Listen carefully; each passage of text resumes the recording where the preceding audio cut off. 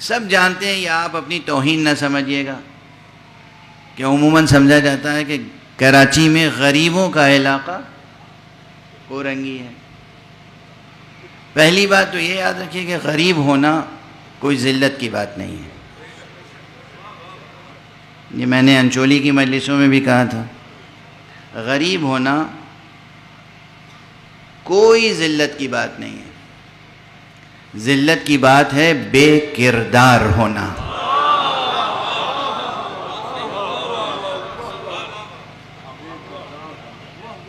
اصل جو انسانی دولت ہے نا وہ کردار ہے۔ کردار وہ دولت ہے جو چوری نہیں کیا جا سکتا۔ باقی تو آپ روپے پیسے سونا چاندی لا کے جمع کر لیں، خدا نخواستہ کسی بھی وقت کوئی چور آ کے چوری کر سکتا ہے، ڈکیتی ہو سکتی ہے، چوری ہو سکتی ہے، وہ مال آپ کے پاس نہیں رہ جائے گا۔ کردار وہ دولت ہے اور علم وہ دولت ہے جسے ہم لوگ ادبی تعبیر میں کہتے ہیں دولت بیدار۔ یہ سنی ہے ترکیب؟ پرانے اساتذہ کا جب کلام پڑھیں گے، اسی لیے میں کلاسیکی لٹریچر کے مطالعے پہ زور دیتا ہوں، تو اس میں ایک ترکیب آتی ہے دولت بیدار۔ بیدار یعنی جاگتا ہوا یا جاگتی ہوئی۔ تو دولت کون سی ہے؟ جو جاگتی ہوئی دولت ہو۔ چور چوری کرتا ہے تب جب آپ سو جاتے ہیں یا غافل ہو جاتے ہیں۔ اگر دولت خود جاگتی ہوئی ہو تو کون چوری کر سکتا ہے؟ یہ تو لفظی رعایت سے میں نے بات کہی دی، یہ تو صرف لفظی رعایت سے بات کہہ دی میں نے۔ دولت بیدار کہتے ہی ہیں کردار کو، حسن عمل کو اور حسن فکر کو، علم کو۔ علم ہے دولت بیدار، ایمان ہے دولت بیدار، کردار ہے دولت بیدار۔ تو اگر کردار ہے آپ کے پاس تو دنیا میں کوئی آپ کو حقیر یا ذلیل نعوذ باللہ نہیں سمجھ سکتا۔ لیکن غریب رہنا کوئی اچھی بات بھی نہیں ہے،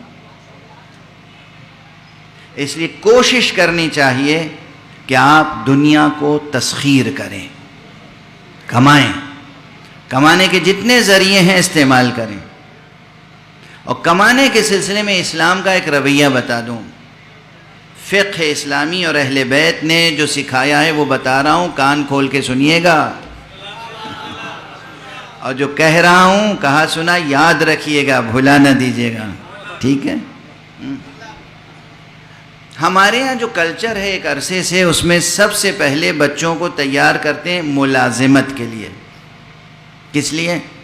سروس، ملازمت، سروس، ملازمت، اور سب سے بڑی فکر ہوتی ہے کوئی سرکاری ملازمت مل جائے۔ یہ فکر بنیادی طور پر غلط ہے،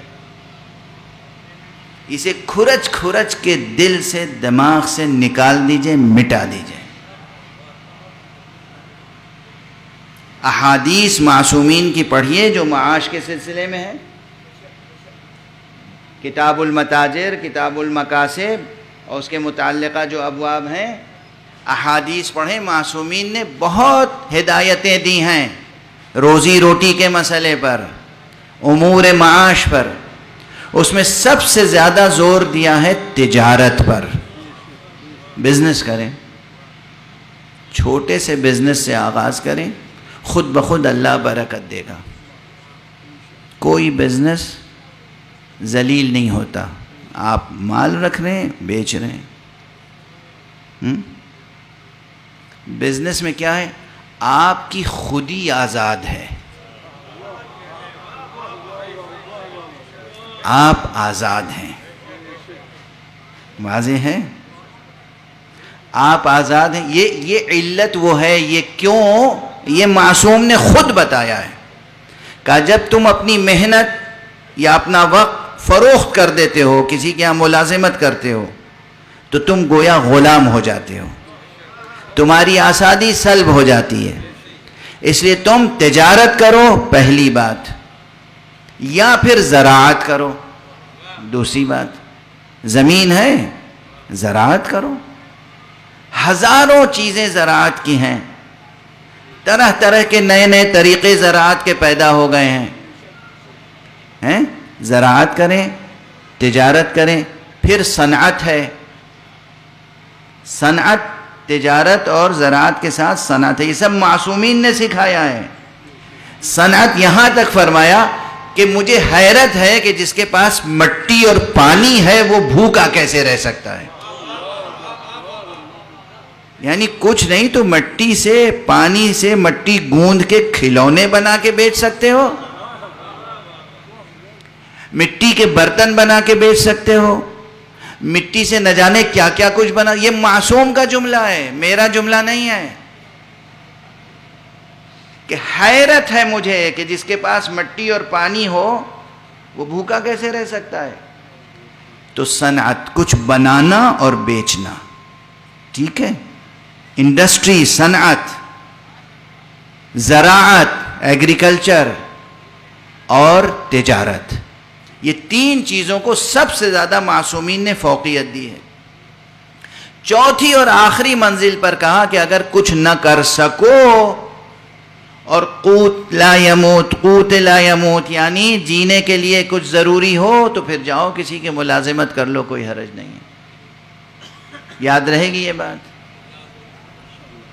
آخر تک پہنچ رہی ہے بات؟ ہماری مائیں بہنیں سن رہی ہیں؟ اللہم صل.